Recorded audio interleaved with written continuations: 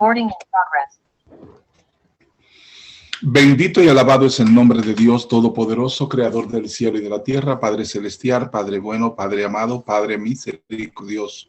Gracias, Señor, por tu amorosa presencia aquí y ahora. Gracias, Padre Santo, porque tú nos permites abrir este espacio, Señor, este altar a través de los medios, a través del cual podemos enseñar tu palabra. Podemos, Señor, enseñar tu palabra que llega como un pasto fresco. Esa palabra del Evangelio, esa palabra que estamos enseñándole a cada uno de nuestros hermanos. Gracias, Padre Santo, Padre bueno, Padre amado. Gracias, Padre, por Laura. Bendícele, Padre, sus entradas y su salida. Gracias, Señor, por poner en ella el denuedo, la voluntad de querer hacer las cosas que a ti te agradan. Gracias, Padre Santo, con nosotros, nuestra hermana Laura, con la clase de el libro de los Hebreos. Bendiciones, Laura. Bienvenida. Amén, amén. Dios le bendiga abundantemente. Una vez más, estamos más que agradecidos de Dios, que en su favor y misericordia nos da la oportunidad y nos da la salud para poder estar hablando de su palabra. El día de hoy, como cada sábado, continuamos con el libro a los Hebreos. Vamos por el capítulo número 12. Recordemos que esta epístola o esta carta comienza diciendo: habiendo Dios hablado y habiendo hablado muchas veces y por muchos medios, recordemos que usó a los profetas, a los patriarcas. Él dice que él ahora toma en los postreros días a enviar un mensaje a través de su Hijo Jesucristo, y que dice que él sustenta todas las cosas. Entonces este libro de Hebreo está introduciendo la revelación divina respecto a los atributos acerca de Jesucristo como el Hijo de Dios y como el Hijo del Hombre. Y habla de 8 atributos importantes acerca de Jesús. Cristo, el heredero de todo, el creador del universo, el resplandor de la gloria de Dios, la imagen misma de la sustancia de Dios, el que efectúa la purificación para su pueblo, para purificar los pecados, redimir los pecados del pueblo, y dice que está sentado a la diestra de Dios. En todo momento, el autor a la carta a los Hebreos estaba estableciendo a Jesús como el centro de todas las cosas, que Jesús tenía la preeminencia. Y ya cerrando nuevamente este capítulo, viene después de hablar acerca del antiguo pacto, el nuevo pacto y las características de cada uno, para que estos cristianos que estaban desanimados con idea de regresar al judaísmo, empieza a especificar lo importante de lo que Cristo hizo en la cruz, y que era mucho más importante y valeroso que la antigua ley, que acarreaba muerte, acarreaba perdición, y que era temporal, era mientras se manifestaba ese cumplimiento de los tiempos en que vendría el Hijo de Dios. Entonces, el autor ahora, después de animar a estos desanimados cristianos, en el capítulo 11, que recordemos que empezó toda la mención de los patriarcas o todo lo que están en esa lista de famosos que pudieron hacer sobresalir esa fe en Dios, y que ellos necesitaban saber de esta fe cómo pudo prevalecer, y cómo muchos, sin haber conocido, sin haber oído el cumplimiento de esa promesa de la venida de Jesucristo, murieron con los ojos puestos en ella, pensando y haciéndola aún en su espíritu, creyendo que el que había prometido es fiel para cumplirla. Entonces ahora el autor retoma ese principio donde está poniendo la preeminencia en Jesucristo. Dice Hebreos 12, a partir del verso número 2, puesto los ojos en Jesús, el autor y consumador de la fe, el cual por el gozo puesto delante de él sufrió la cruz, menospreciando el oprobio, y se sentó a la diestra de Dios. Entonces podemos ver que realmente el autor quiere que ahora toda persona, todos los creyentes, que la iglesia vuelva sus ojos a Jesús, que cualquier situación que estén pasando son temporales. Entonces, la aplicación práctica de este versículo es que puedan realmente estar firme en la fe. Dice, por tanto, nosotros también, teniendo en derredor gran nube de testigos, despojémonos de todo peso y del pecado que nos asedia. Corramos con paciencia la carrera que tenemos por delante. Recuerde que viene animando una iglesia que estaba dudando acerca de la deidad de Jesucristo, o seguir a Cristo o devolverse a la ley. Entonces le dice, vean que tienen una gran nube de testigos.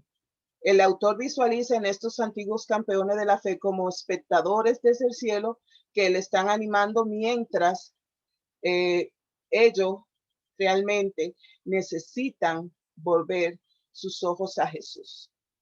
Necesitan entender que debe con paciencia, como un atleta, lo está comparando como un atleta que se prepara para ganar una competencia. Despójense de todo peso. ¿De todo peso de qué? De todo peso del pecado. Que esto puede evitar que podamos avanzar.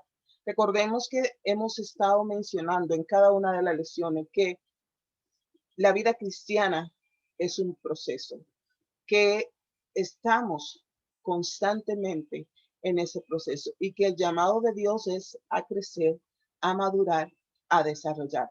Entonces, para poder seguir en ese proceso de crecimiento, dice, despójese de todo peso de pecado, de toda condenación. Hay cosas que no es meramente pecado, pero que son estorbo, que pueden impedir que siga corriendo efectivamente la carrera que Dios tiene para nosotros. Nuestras decisiones no siempre son lo que es correcto, lo que es incorrecto, sino que pueden haber cosas que nos estorban, que nos roban la paz, que nos roban el poder estar en comunión, que nos roban el poder orar, que nos roban el poder leer la palabra, meditar en esta palabra. Entonces, el autor está haciendo un llamado a los cristianos, a los creyentes, de que se detengan por un momento y que suelten todo peso. O sea, todo lo que le estorbe para correr esta carrera, debe usted consciente y racionalmente dejarlo atrás. Y dice, y corra con paciencia. Entonces, el autor está enfatizando que lo que nosotros necesitamos es paciencia para terminar lo que hemos empezado en Cristo Jesús, la carrera que tenemos por delante. Dios ha puesto ante cada uno de nosotros una carrera, una vida. Usted debe correrla, yo debo correrla, y eso necesita esfuerzo, compromiso. No es un llamado a estar pasivo, sino que a estar siempre activo. Dios quiere que corramos las carreras y que la terminemos bien. Corramos la carrera y que la terminemos bien. Entonces, todas las cosas que pueden ser aún secuela de la religiosidad, que nos atan, que nos causan ese peso para detenernos, para que no avancemos. Entonces, el llamado de corran con paciencia. Es importante saber que todos los procesos que se van dando en nuestra vida cristiana debe ser para sumar a ese desarrollo y a esa madurez y a esa firmeza que Dios quiere que tengamos. En Hechos 20:24 dice el apóstol Pablo, pero de ninguna cosa hago caso, ni estimo preciosa mi vida para mí mismo, con tal de que acabe mi carrera con gozo y el ministerio que recibí del Señor Jesús para dar testimonio del evangelio de la gracia de Dios. Pablo se ve a sí mismo como un corredor que tiene una carrera que terminar. Y nada podría impedirle a Pablo que terminara esa carrera con gozo. Por eso dice, pero a ninguna cosa yo hago caso, y ninguna cosa de este mundo yo la estimo por precioso. O sea, no hay nada más importante en nuestra vida que correr la carrera hacia la madurez, hacia el desarrollo, hacia el crecimiento cristiano. Ya tenemos esa salvación que nos fue otorgada por gracia y que éramos inmerecedores. Ahora la palabra nos dice que nos mantengamos con firmeza, despojándonos de todo, así como dice el apóstol Pablo, pero de ninguna cosa yo hago caso, ni estimo nada por preciosa, ni aún mi vida es más importante, con tal de que yo pueda correr esta carrera bien y acabarla con gozo. Entonces, en este pasaje, Pablo habla de mi carrera. Él tenía su carrera que correr. Nosotros hoy, cada uno en particular, tiene una carrera que Dios te llama a terminar con gozo y a terminarla bien. Y sobre todo que lo haga con paciencia, sabiendo que está en un proceso de perfeccionamiento que se cumple ya cuando estamos con el Señor. Entonces, vemos que el apóstol Pablo utiliza mucho lo que es una carrera para hablar de conflicto, de lucha, o era como una de sus palabras preferidas porque se entiende la vida cristiana como un proceso en el cual cada día Dios va perfeccionando su obra en nosotros a medida que vamos madurando, a medida que vamos creciendo. Entonces, por eso habla de eso como una carrera. Hebreo 12:2 dice, puesto los ojos en Jesús, que fue el versículo que leí al principio. Después de decirle, quítese todo peso, quite toda cosa que le esté estorbando para correr esta carrera, visionando el futuro glorioso que nos espera con Jesús, que está a la diestra del Padre. Dice, ahora pongan sus ojos en Jesús, que es el autor y consumador de la fe, el cual por el gozo puesto delante de él sufrió la cruz, menospreciando el oprobio, y se sentó a la diestra del trono de Dios. Entonces, puesto los ojos en Jesús, solo podremos correr esta carrera mientras veamos a Jesús, mientras estamos viendo nuestro futuro glorioso, mientras tengamos nuestra mirada fija en Él. Él es nuestro centro, Él es nuestra inspiración, Él es nuestro ejemplo a seguir. Está llamando a no desviar la mirada hacia otras cosas y el presente continuo, poner los ojos en Jesús. Debemos de cuidarnos de ver a Jesús solo como un ejemplo. Él fue mucho más que eso. Él sigue siendo el máximo ejemplo de paciencia. No es un simple ejemplo, es el máximo ejemplo. Y el autor habla de Jesús como el autor de nuestra fe. El que consumó, quien acabó el proceso para que nosotros recibiésemos por gracia y por la fe que él conquistó la salvación. Dice que por el gozo que él tenía delante de él sufrió la cruz. ¿Cuál era el gozo de Jesús? Usted y yo somos el gozo del Señor. Dice, por eso dice, el autor está diciendo, pongamos nuestros ojos en Jesús, que cuando él estuvo en esa cruz, no vio el oprobio, no vio todo lo vituperio, no vio todas las humillaciones que estaba viviendo, todos los dolores que implicaba la cruz, sino que estaba viendo que usted y yo hoy íbamos a estar en el camino de la fe proclamando su palabra. Por eso dice el autor, ahora volvamos nuestros ojos a él, que él fue el autor, él fue que compró esa salvación. Y él, con el gozo puesto ante sus ojos, quitó sus ojos de ese proceso de sufrimiento y solo pensaba y solo decía, es que esta persona será alcanzada por el sacrificio que estoy haciendo. Estoy muriendo para que mi pueblo tenga vida. Y puso el gozo de recibir a su pueblo, a su iglesia, sin mancha delante de él. Y eso le ayudó a sufrir la cruz. Entonces, por eso es tan importante que hoy nosotros como iglesia no desviemos nuestra mirada de Jesús y que Él sea el centro de nuestra vida, que Él sea el centro de todo, que Dios quiere que terminemos, que corramos esa carrera, que Jesús es lo más importante. Jesús no es solamente el autor de nuestra fe, es el que consumó nuestra fe. La idea que el autor tiene aquí dice que el que comenzó la buena obra en cada uno de nosotros, la perfeccionará hasta el día de Cristo. Eso lo podemos ver en Efesios 1:6. Él es autor y consumador de nuestra fe.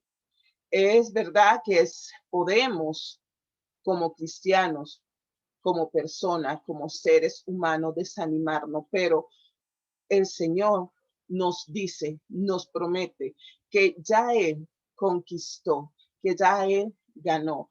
Cuando Él dijo consumado de todo lo que corresponde a la iglesia, ya Él lo tiene establecido para su iglesia y nosotros solamente tenemos que caminar en esa dirección y puesto los ojos en Él. Y que el que empezó la buena obra en nosotros, Él es fiel y Él va a cumplirla. Jesús no consideraba a la cruz como un gozo, pero Él podía ver más allá del horror de esa cruz y disfrutar ese gozo. La mentalidad que permitía a los judíos cristianos y a nosotros también poder resistir toda prueba, toda tentación, toda cosa que nos estorbe para seguir en el camino. Puesto los ojos en Jesús. ¿Qué hizo Jesús en el momento más difícil de su vida como hombre? Poner los ojos en el gozo que iba a ser para su corazón y para el corazón del Padre un pueblo escogido, redimido por ese sacrificio. Y eso le ayudó a padecer la cruz. Hoy el llamado es a la iglesia, puesto los ojos en Jesús, y esto te ayudará a continuar, a permanecer, a afianzarte en esa carrera y a terminarla con gozo.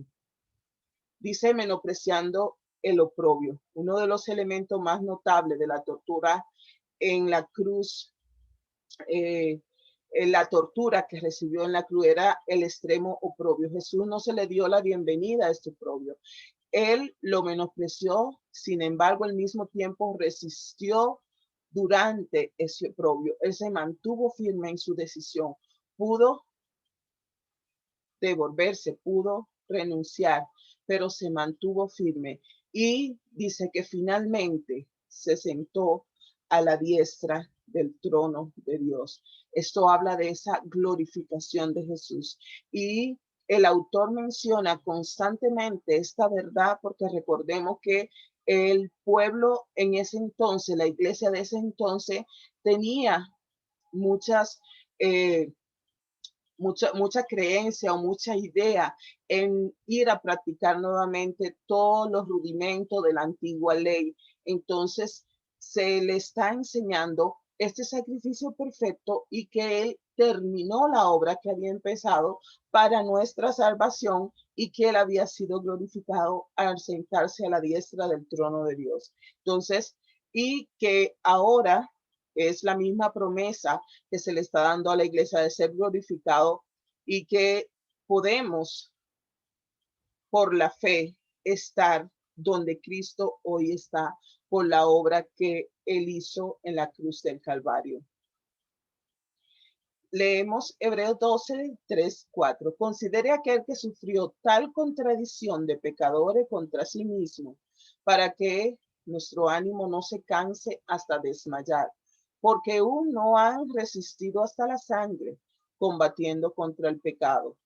Entonces, en este tiempo que se está escribiendo a la iglesia de los hebreos, que es un pueblo cristiano, ellos estaban muy desanimados porque estaban empezando a padecer una persecución social y económica muy significativa.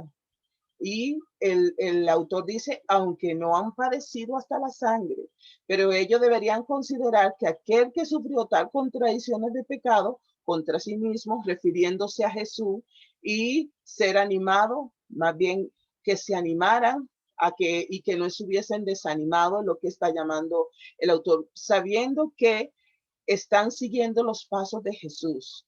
Y Pablo en una ocasión escribió, si es que padecemos juntamente con él, para que juntamente con él seamos glorificados, para que juntamente con él seamos glorificados.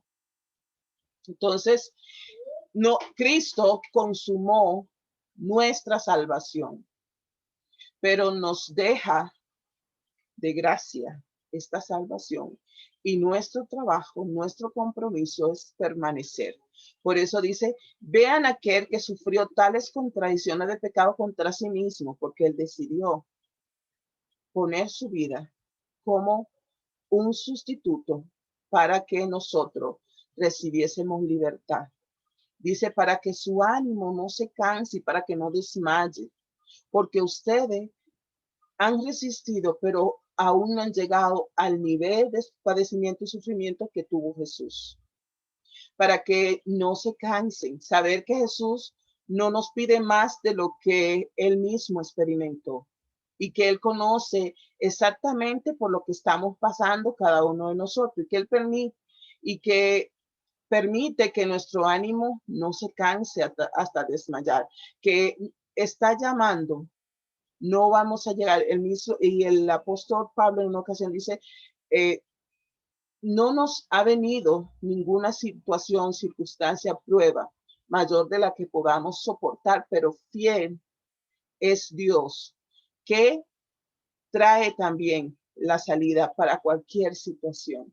Entonces, estamos en un proceso de crecimiento, de desarrollo, y el llamado es no se desanime, no desmaye, pongan los ojos en Jesús, vea todo lo que él padeció, hasta la sangre, y aún con este padecimiento no decidió dar marcha atrás, sino que siguió adelante, poniendo delante de sus ojos el gozo.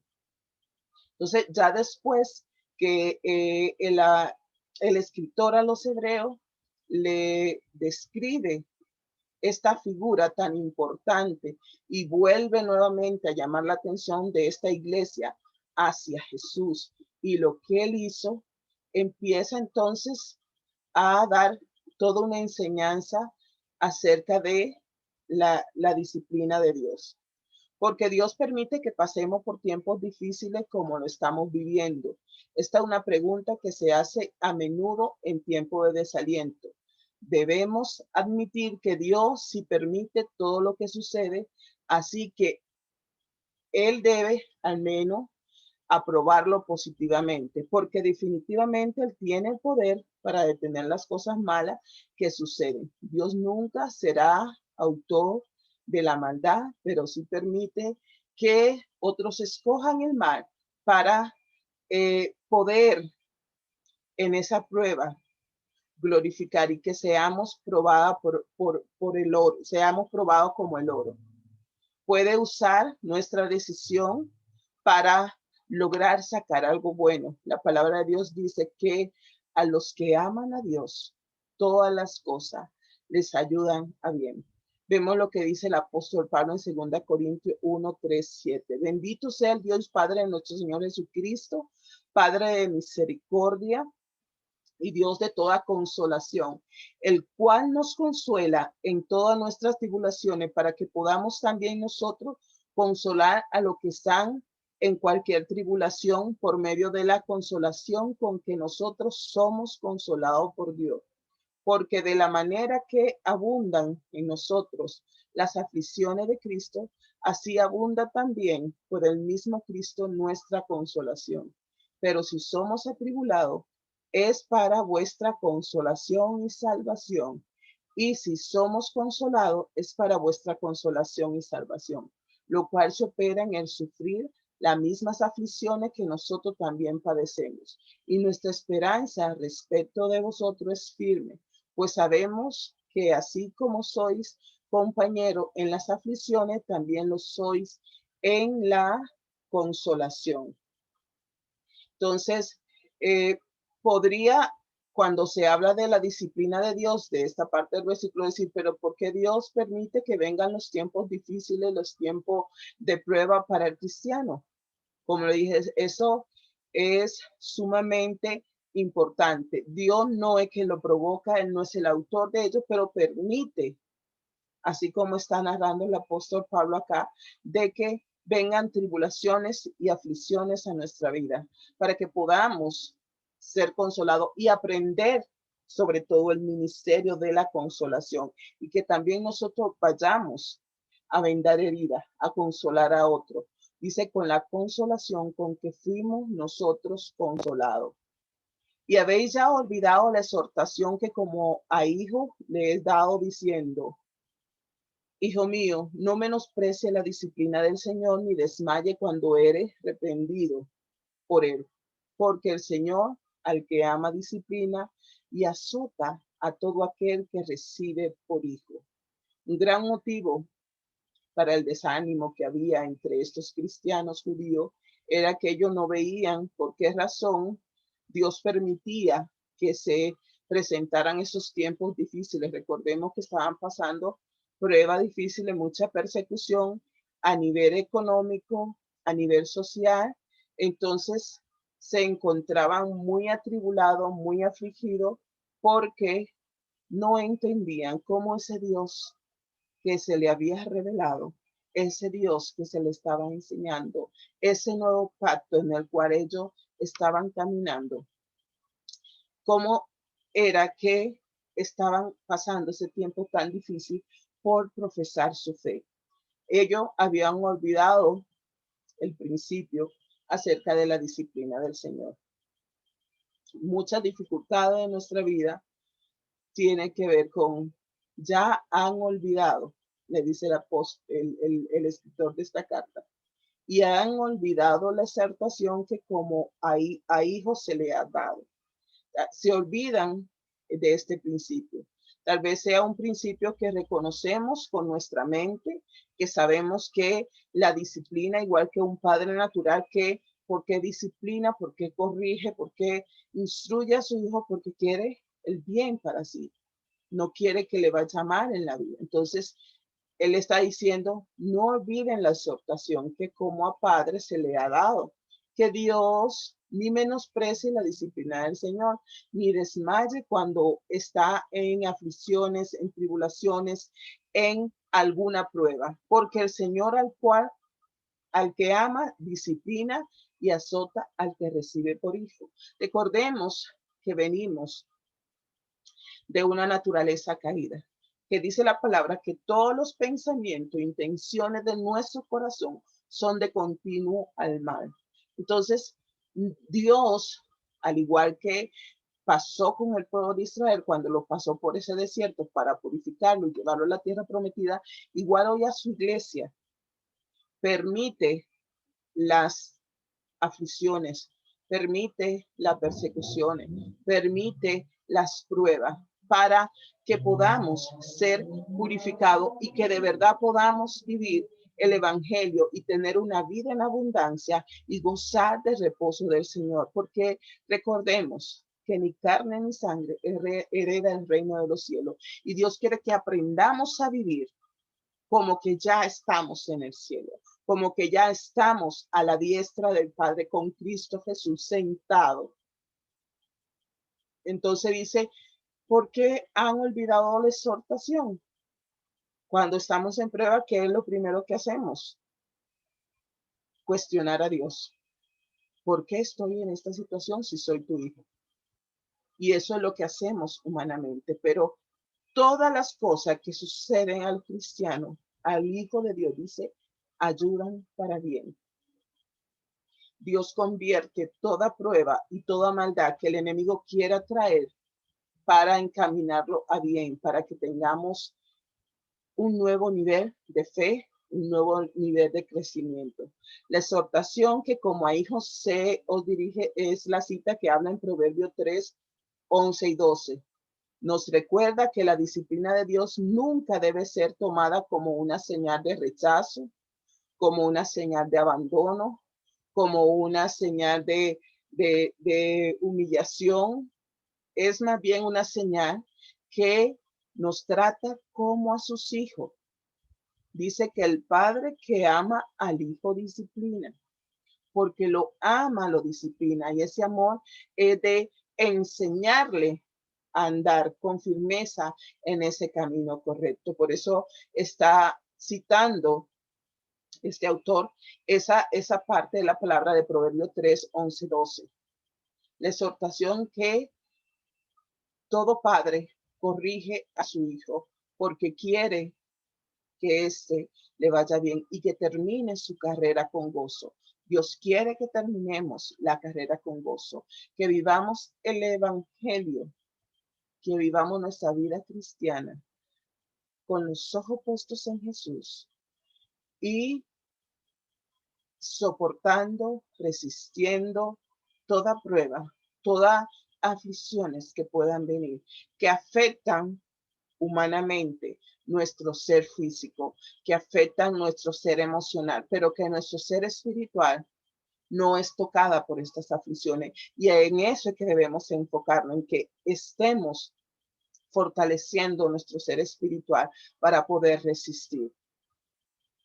Continúa diciendo el autor en el versículo 7, si soportan la disciplina, Dios lo trata como a hijo, porque ¿qué hijo es aquel a quien el padre no disciplina?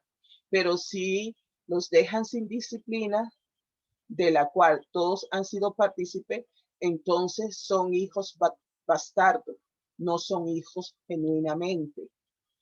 Si soporta la disciplina, Dios te va a tratar como un hijo.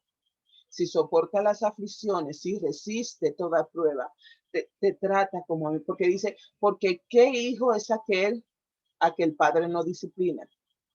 Los niños que se crían sin disciplina, sin límites, sin restricciones, terminan mal en la vida. No hay nada que lo pueda detener, no hay ley sobre la tierra que lo pueda detener, porque no se sembraron, no se pusieron esos parámetros, esas disciplinas, esos límites que se debían tener para que le vaya bien en la vida. Entonces, para que nos vaya bien y terminar bien la carrera que hemos empezado, dice que debemos, como hijos, recibir la disciplina. Muchas personas dicen que no pueden relacionarse algunas veces como Dios, como un padre amoroso, porque nunca conocieron a un padre amoroso en su propia experiencia. Sin embargo, puedes recibir todavía el amor de Dios, el Padre. La creación de Dios nunca es, la corrección de Dios nunca es para castigarnos, ni para hacernos pagar por nuestros pecados, porque recordemos que los pecados los pagó Cristo en la cruz del Calvario. Ya estos fueron cancelados. Si no, si estuviesen Dios cobrándonos los pecados y la falta, entonces el sacrificio de Jesús se invalidaría. Y dice que este fue efectivo, hecho una vez y para siempre, y que quitó de en medio toda condenación para los que están en Cristo Jesús. Entonces, la corrección de Dios no es simplemente o meramente por castigarlo, por fastidiarle la vida, porque paguen el pecado, porque hizo. Eso fue hecho una vez y para siempre en la cruz. Ya no hay que recordar, dice que ni vienen a la memoria de Dios. Su corrección es solamente motivada por su amor, no por su justicia. Él nos disciplina sin ira, no para dañarnos, sino para que podamos crecer en amor, para que podamos afirmarnos en la fe. El autor de hecho dice, pero si se le deja sin disciplina, entonces son hijos bastardos y no son hijos legítimos o hijos genuinos. Aquellos que creen que estar más allá de la disciplina de Dios se marcan a sí mismos como hijos bastardos, que no son legítimos, que no son sus hijos. Dios demuestra su ira cuando ignoran nuestro pecado, dejándolo pasar sin corrección. Su inactividad nunca es por ignorancia o por una falta de iniciativa, como puede ser el caso de los padres humanos,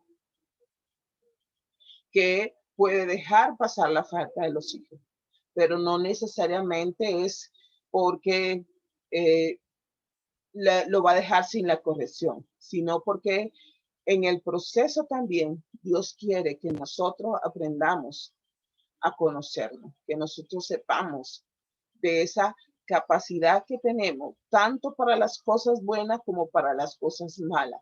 Y Dios quiere ayudarnos a que usemos nuestra voluntad para las buenas decisiones y para engrandecer su reino. Por otra parte, dice el autor, tuvimos a nuestros padres terrenales que nos disciplinaban y los venerábamos. ¿Por qué no? ¿Por qué no obedeceremos mucho mejor al Padre de los Espíritus y viviremos?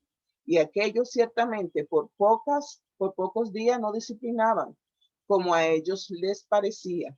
Pero para lo que nos es provechoso, para que participemos de su santidad. Cuando entendemos el motivo de la disciplina, podemos, por eso el autor está aquí recalcando, recuerde que la disciplina que daban nuestros padres terrenales, que sí estaban bien y lo venerábamos, nunca los rechazábamos como padre, a pesar de toda la disciplina, las correcciones que a veces hasta inadecuadas eran. Y entonces dice, ¿por qué no vamos a obedecer y aceptar la disciplina de nuestro Padre, el Dios de los Espíritus, para que vivamos? Porque el propósito de la disciplina de Dios es para que participemos de su santidad.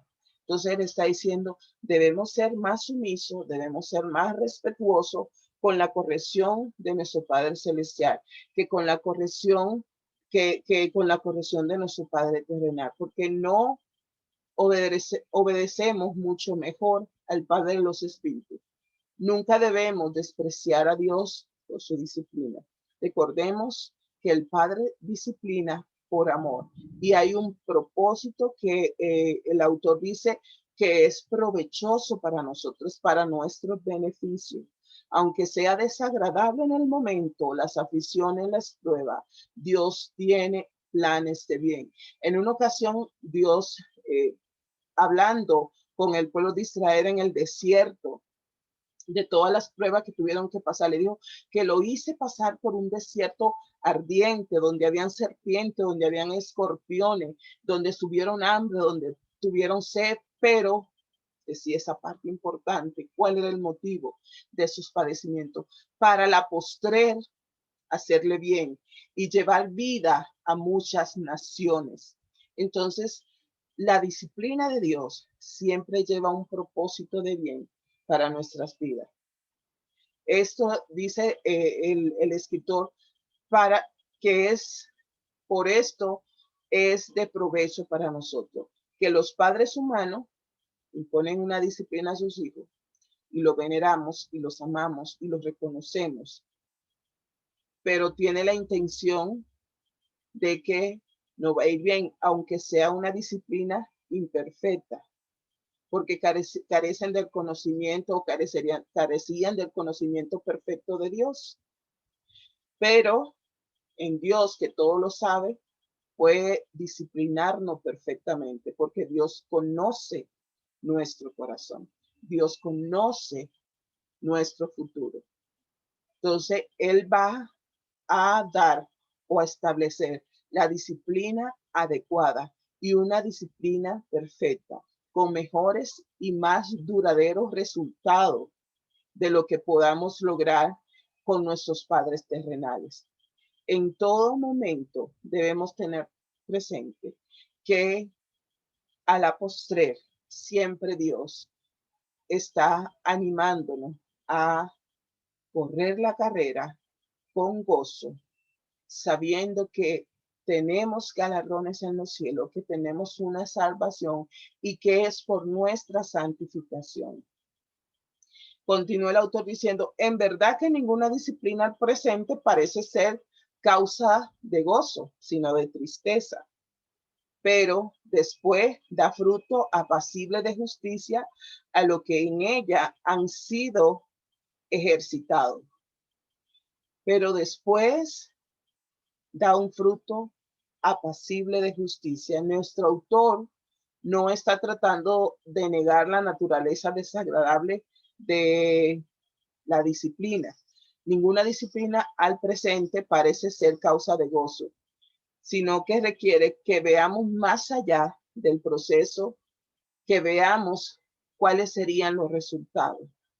Por eso, desde un principio, el autor pone a Jesús como nuestro ejemplo, quien, puesto los ojos en los resultados de lo que él iba a hacer, resistió la cruz, sufrió la cruz, porque puso sus ojos en el resultado positivo que iba a traer, el beneficio que iba a traer todo lo que estaba haciendo para su pueblo, para su iglesia.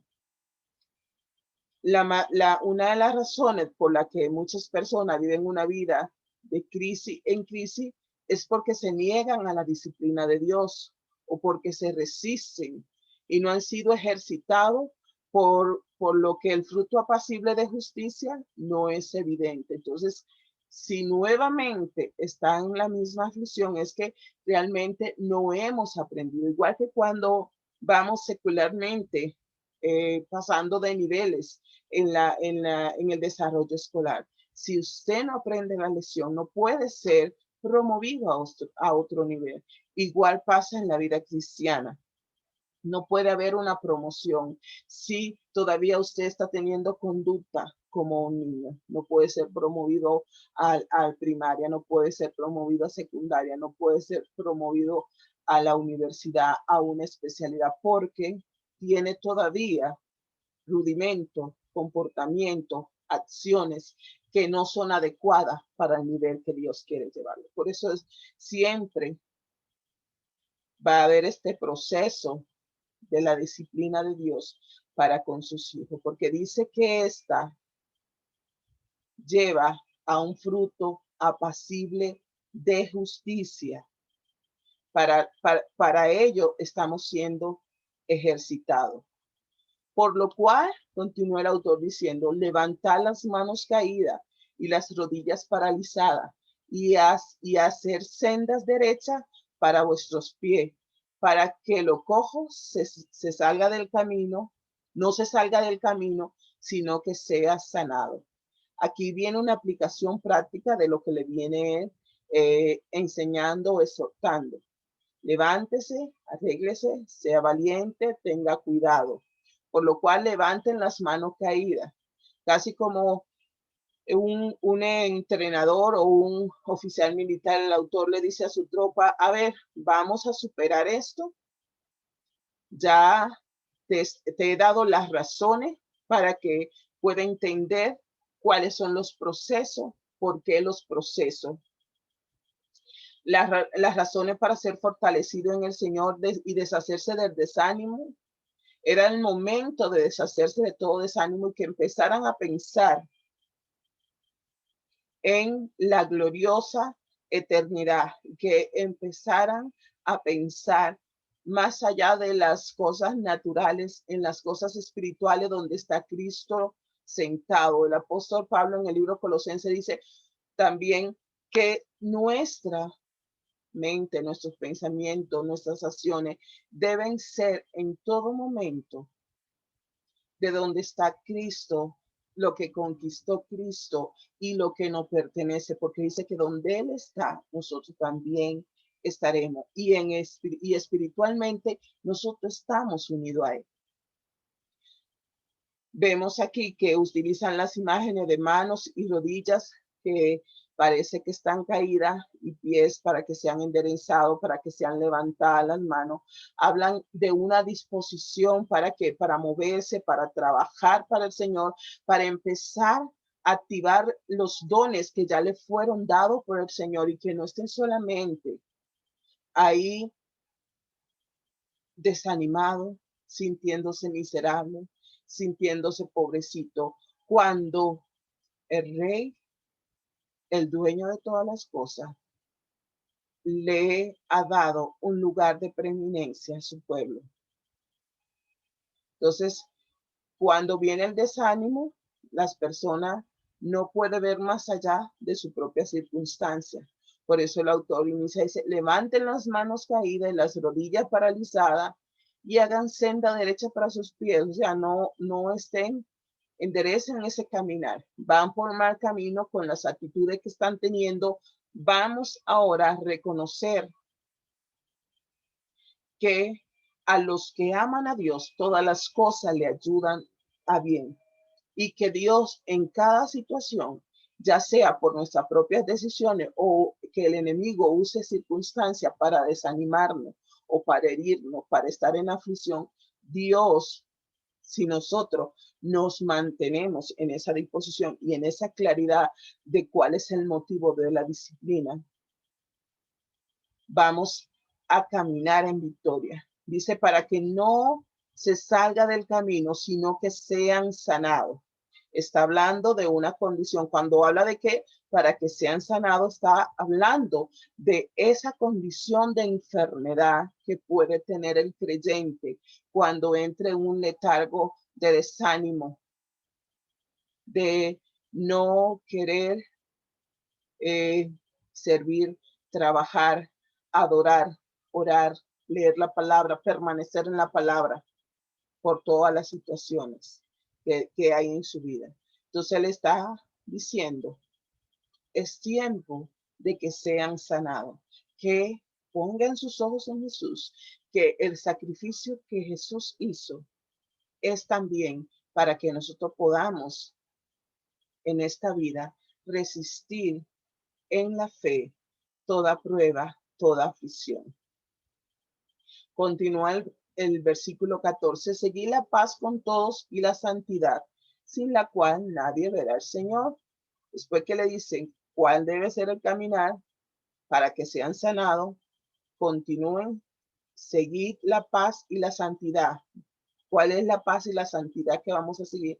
La que Cristo conquistó en la cruz del Calvario y que hoy nos pertenece, no por nuestros méritos, sino por lo que Él hizo en la cruz del Calvario, sin la cual nadie verá al Señor. Mira bien, no sea que alguno deje de alcanzar la gracia de Dios, que brotando alguna raíz de amargura les estorbe y por ello muchos sean contaminados.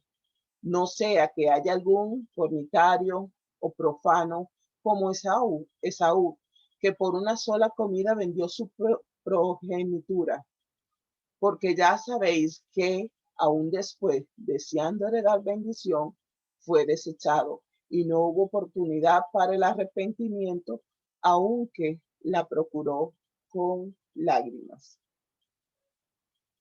Entonces, después de que viene hablando de esa disciplina de las personas, ahora dice, ahora tanto con los hombres, arréglese y esté en paz con todo, como con Dios. ¿Cómo estamos en paz con Dios? Caminando en la santidad que ya Él nos dejó. El desánimo nos hace descuidado, despreocupado y afecta aún nuestras relaciones interpersonales. Debemos arreglarnos con la gracia de Dios. Así que debemos buscar diligentemente cuidar y cuidarnos nosotros y cuidar al pueblo de regresar al legalismo, ya que es una forma extrema o es una actitud que nos impide alcanzar gracia, favor. Recordemos una de las enseñanzas de este autor del libro a los Hebreos era entrar en el reposo de Dios, poder disfrutar de las bendiciones que implican caminar con Dios, porque le dice, van a estar en el evangelio, una vida cristiana, en una actitud que le impide alcanzar la gracia de Dios, porque le van a brotar raíces de amargura y esto va a ser un gran estorbo. Una actitud legalista siempre producirá amargura que contamina a muchos. Su énfasis en lo que nosotros debemos hacer por Dios en vez de que Él ha hecho por nosotros, mucho más en Jesús. Y que todo lo que nos rodea puede ser alguna terrible prueba, aflicción. Entonces le está diciendo, debemos nosotros permanecer en esa firmeza, en esa santidad. Ya Cristo la conquistó. Ya Dios lo hizo por nosotros. Dice, no sea que haya algún fornicario o profano.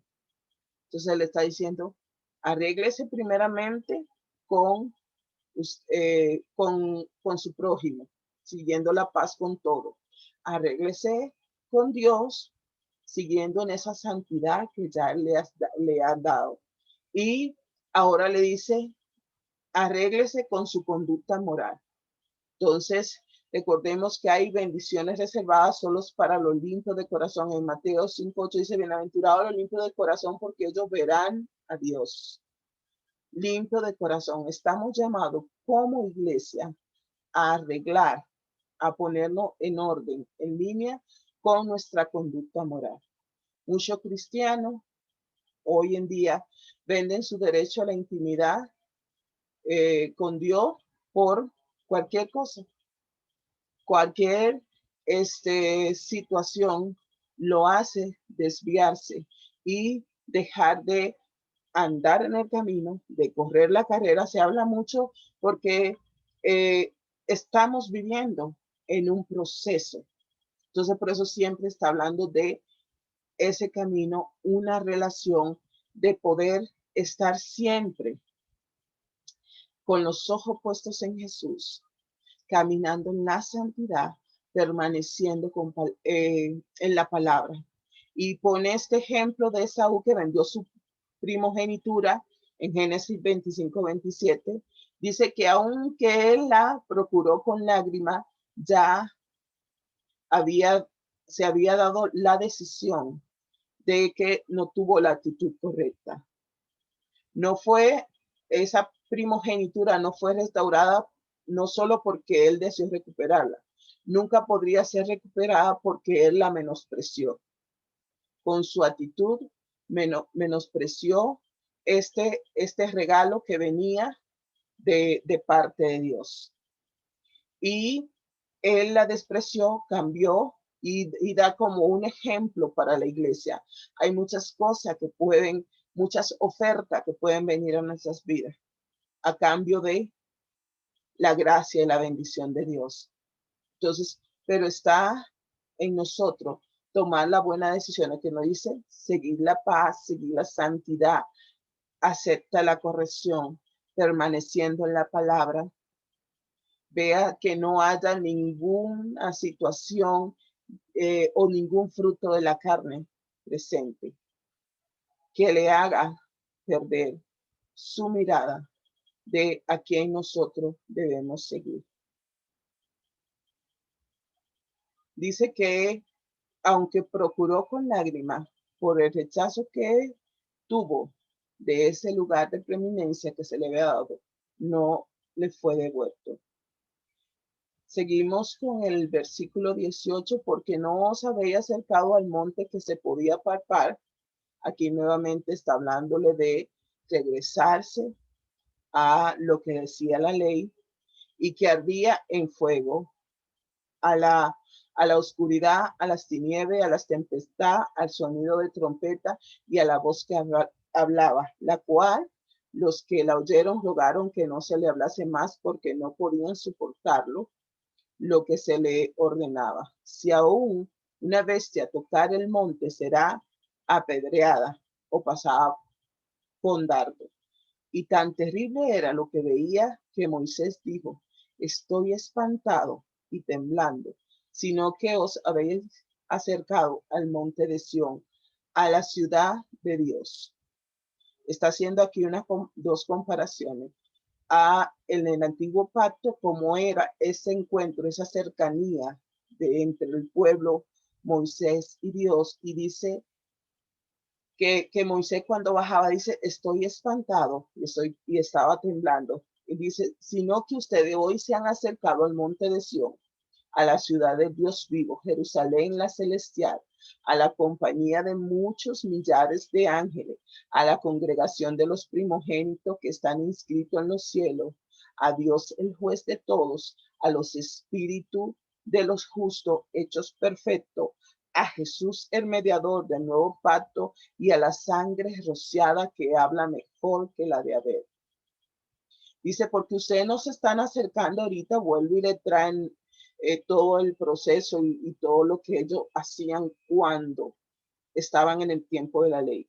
No se han acercado al monte al cual ustedes podían palpar y que ardía fuego. Está haciendo mención o referencia a lo ocurrido o lo que se explica en Éxodo 19, del 10 al 25, que explica cómo fue cuando Israel se acercaba al monte Sinaí. La montaña estaba cercada, no se podía pasar bajo pena de muerte. Estaba la persona que ingresara a ese lugar, se le ordenaba lavar sus ropas y abstenerse aún de tener relaciones sexuales. Hubo truenos, relámpagos, una densa nube, hubo sonido de trompeta y que llamaba a la nación a encontrarse con Dios. Dice que había humo y terremoto, o sea, era como una gran tormenta de sonido y que se prolongaba y que Moisés mismo, que habló con Dios y les respondió y traía el mensaje de Dios para Israel, dice que salía espantado y tembloroso de todas la impresión o la situación que se vivía por acercarse a este monte, a este altar, la cual los que ya oyeron rogaron que no se le hablase más. La reacción de Israel era comprensible. Ellos estaban aterrorizados de esa manifestación que se hacía en el monte Sinaí. Ellos querían que esa experiencia terminara y no continuara porque le generaba mucho temor. Recuerde que todo el proceso del cumplimiento para la ley era muy gravoso para el pueblo y acarreaba solamente muerte para estas personas. Pero le está diciendo, pero ahora nosotros estamos en un lugar diferente. No se han acercado a ese otro monte. Ahora tenemos una relación directa con Dios. Tenemos una experiencia directa con Dios porque el velo se rompió, Cristo abrió y ahora nosotros estamos viniendo a la ciudad de Dios. Entonces, en esta porción vemos que el autor está haciendo una especie de contraste entre el monte Sinaí y el monte de Sión. Entonces, el monte de Sinaí era marcado por el miedo y el terror. El monte de Sión, un lugar que está marcado por el amor y el perdón, que es lo que estamos viviendo hoy. Amor, aceptación, perdón y gracia. En el monte Sinaí estaba en el desierto. Ahora el monte de Sión está hablando de una ciudad del Dios viviente, una ciudad celestial. En el monte Sinaí todo era relacionado con lo terrenal. El monte de Sión habla de las cosas celestiales. En el Sinaí solo era Moisés que le era permitido acercarse a Dios. En el monte de Sión, hoy todo, la congregación, todo el pueblo, la iglesia, está invitada a acercarse al trono de la gracia.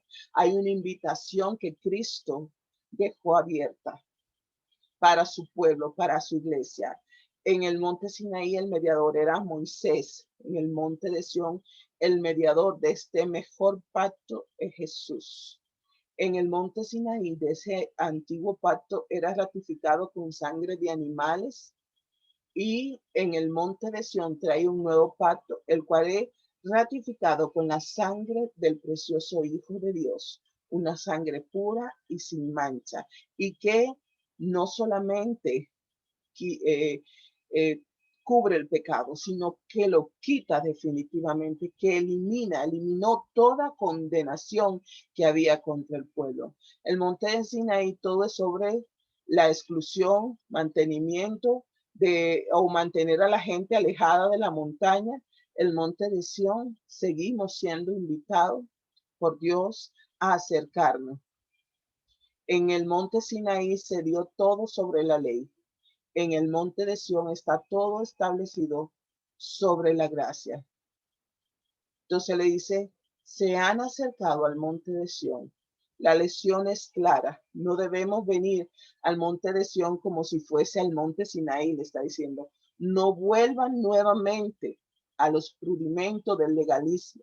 No vengan a acercarse a Dios queriendo ganar o comprar el favor de Dios, porque ya no es así. Ya con lo que Jesús hizo, tenemos amplia entrada al trono de la gracia. Así que deje de titubear, sea valiente y acérquese a Dios. Crea que le hay, crea que Él está ahí para socorrerte. Entonces, él vuelve y clarifica el autor la superioridad del nuevo pacto en cada una de las oportunidades que este autor ve. Empieza nuevamente a hablar al pueblo acerca de la superioridad del pacto. Entonces, para que ellos ni siquiera vuelvan a considerar, preferir la religiosidad del monte Sinaí sobre una relación de amor, de aceptación y perdón que se estaba ofreciendo a través de Jesucristo. Dice, y la sangre que fue rociada por Jesús, por el Hijo de Dios, habla mejor que la sangre de Abel. Entonces, no se refiere a la sangre que derramó cuando fue martirizado, más bien habla de la sangre que fue rociada en ese primer sacrificio que se registra en la Biblia del hombre para con Dios. La sangre de Jesús habla mucho mejor de los sacrificios que Abel llevaba delante de Dios, porque recordemos que ese era un sacrificio que era temporal y que el sacrificio de Jesús es definitivo y que fue con un cordero sin ninguna mancha y que era el único sacrificio que pudo satisfacer la justicia de Dios. Continúa el verso 25, mira que nos desechéis aquel que habla, porque si no escaparon aquello que desecharon al que los amonestaba en la tierra, mucho menos nosotros si desechamos al que nos amonesta desde los cielos, la voz del cual conmovió entonces la tierra, pero ahora ha prometido diciendo, aún una vez y conmoveré no solamente la tierra, sino también el cielo. Y esta frase aún una vez indica la remoción de las cosas movibles como cosas hechas para que se queden las inconmovibles. Así que recibiendo nosotros un reino inconmovible, tengamos gratitud y mediante ella sirvamos a Dios agradándole con temor y reverencia, porque nuestro Dios es fuego consumidor. Si nos rehusamos a levantarnos, a arreglarnos, a ser valientes, a no mantenernos ignorantes de las consecuencias. Hubo consecuencias a rebelarse en el monte Sinaí. Recordemos que hubieron algunos que se organizaron en pequeños grupos y se levantaban contra la orden de Dios en el monte Sinaí. Dice, ¿cuánto más ahora va a haber consecuencia para los que se resisten a la obra de Dios, a este nuevo pacto? Dios está sacudiendo todo lo que es el orden presente. Está hablando a esto en ese momento. El autor estaba hablándole al grupo de creyentes judíos que estaban siendo asediados, pero sí le estaba recalcando, y por eso traía en muchos momentos, trajo todas sus vivencias que milenariamente ellos venían replicando, que fue la herencia, la cultura, lo que le dejaron sus padres, venían repitiendo. Entonces, que las cosas de Dios ahora le pertenecen y que estaban siendo partícipes de un nuevo pacto y que no había chance ahora para el desánimo. Estaba llamando a que se levantasen, a que estuviesen firmes, a que no estén tratando la gracia como un reino conmovible. Es algo inamovible, le dice, con el cual nosotros podemos, que lo hemos recibido y llama a ser agradecido, ya que Dios ha hecho una obra perfecta a través de Jesucristo y que es incorruptible. Cuando habla de un reino inamovible, que es incorruptible, que no tiene fallo, el reino no será conmovido. Así que nos corresponde alcanzar la aprobación inmerecida de Dios en Jesús, que nos llama a que sirvamos con gratitud. Pues Dios, de hecho, dice que es fuego consumidor. Lo mejor es que nos acerquemos a Él en sus términos y que vivamos con gratitud, porque la parte difícil ya la hizo Jesús y la conquistó para cada uno de nosotros. Entonces, está hablando de esos términos de la aprobación inmerecida en Jesús. Nosotros no lo merecimos. No merecemos la gracia, pero Él quiso hacernos partícipe de su gracia. Por eso el autor termina este capítulo, dice, tengamos gratitud y mediante ella, por gratitud, sirvamos a Dios, agradándole con temor, refiriéndose a la reverencia, refiriéndose al respeto, refiriéndose a un corazón dispuesto para con Dios, el cual dice es fuego consumidor. Igual está diciendo Dios sigue siendo el mismo Dios, pero ahora ha hecho un trato diferente para con su pueblo. Y Cristo es el mediador de ese nuevo pacto, el cual nos ayuda a que podamos caminar en este camino de la fe, puesto los ojos en Jesús, el autor y consumador de la fe. Dios le bendiga abundantemente. El pastor Huáscar concluye esta lección.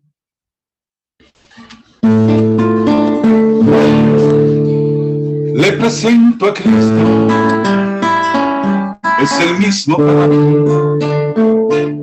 Le presento a Cristo, es el mismo para mí. Quien para salvarnos Él se hizo carne, pagó nuestras culpas, ese fue su oficio, pagó nuestras culpas, ese fue su oficio, en muerte de cruz, pagó el sacrificio. Le presento a Cristo, el Hijo del Padre, nació en un pesebre con los animales, nació en un pesebre con los animales, es hijo de un rey, su sangre es sagrada, es hijo de un rey, su sangre es sagrada, pues su concesión es inmaculada, pues su concesión fue inmaculada, su preciosa sangre que es incorruptible, su preciosa sangre que es incorruptible, es inmarcesible y todavía vive, es inmarcesible y todavía vive. Sangre de justicia y de redención, sangre de justicia y de redención, la obra perfecta, Jesús es amor, la obra perfecta, Jesús es mi Señor, nos lava su sangre cuando nos manchamos, nos lava su sangre ay, cuando nos manchamos, nos cubre de amor, nos ha perdonado, nos cubre de amor, nos ha perdonado. Su sangre preciosa que jamás perece, su sangre preciosa que jamás perece, nos reconcilió, nos quitó la muerte, nos ha dado vida, y es vida y abundante, nos ha dado vida, es vida abundante, y por su gran obra volvimos al Padre, y por su gran obra volvimos al Padre. Toda la obra que hizo nuestro Señor Jesucristo fue por nosotros. Y para nosotros son estas clases que hemos estado dando y que estamos dando acerca del libro, la carta a los Hebreos, es a los creyentes, a los que han sido traídos a los pies de Cristo, a los que han sido ya reconciliados para con el Padre. Y nosotros ahora debemos tomar todas estas enseñanzas y aplicarlas a nuestra vida. Es Dios quien dice nosotros lo que nosotros somos. Debemos comportarnos como tal, como hijos de Dios, como esos que tienen ahora acceso al trono de la gracia, que podemos en nuestro aposento alto entrar y hablar con el Señor cada día, cada mañana, cada vez que necesitemos el oportuno socorro, Él está ahí. Y que estemos en el reposo de sabernos hijos de Dios, de sabernos esos redimidos, esos a los que el Señor le habla en estas cartas, para que nosotros empecemos a seguir la carrera que Pablo decía que tenía que llegar con gozo hasta el final.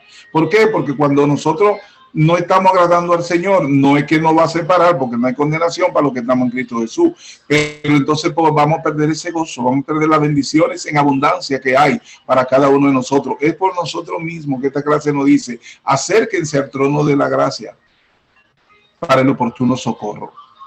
Así que, amados hermanos, acuérdense de compartir esta clase.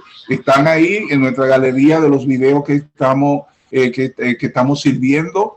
Pueden compartirlos todos y pueden también enseñar a las personas a que vayan capítulo por capítulo como vamos nosotros dando estas enseñanzas. Son más que clase bíblica de esa rutinaria, sino clase de la palabra de verdad, esa palabra de verdad que es Cristo y que se revela en nuestra vida para bendición, para crecimiento, para que nuestra fe crezca más y para que nuestra vida se llene de esa abundancia de la que el Señor habla, que nos dio tanto aquí como en lugares celestiales. Estamos en Cristo Jesús.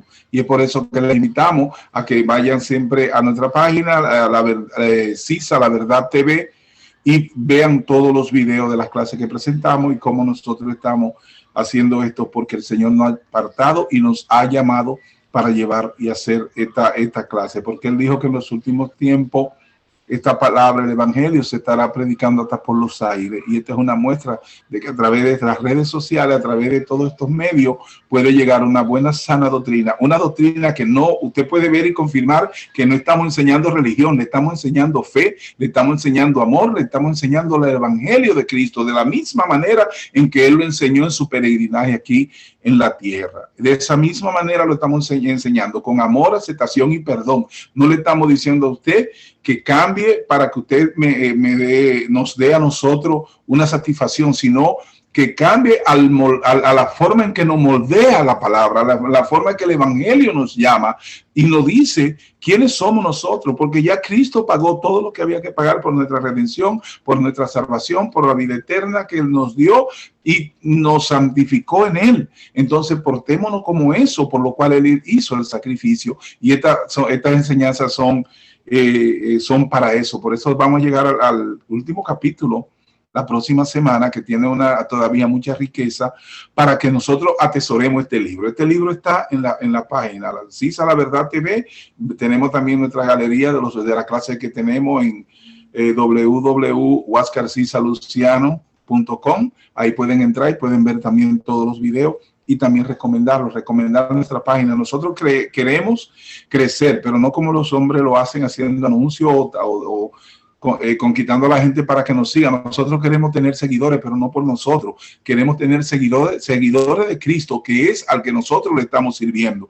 Y cada vez que usted invita a alguien a que siga nuestra página, usted le está invitando a que siga a Cristo, porque no le vamos a servir nunca ningún mensaje contaminado de religiosidad o de apetencia personales que podamos tener, o manipulación para que usted se haga parte de una empresa, que nosotros no somos empresa, simplemente somos un ministerio de la palabra, que ama la palabra, que ama a Cristo, y que por gracia hemos recibido estas enseñanzas y así mismo la estamos dando, porque una vez que el Señor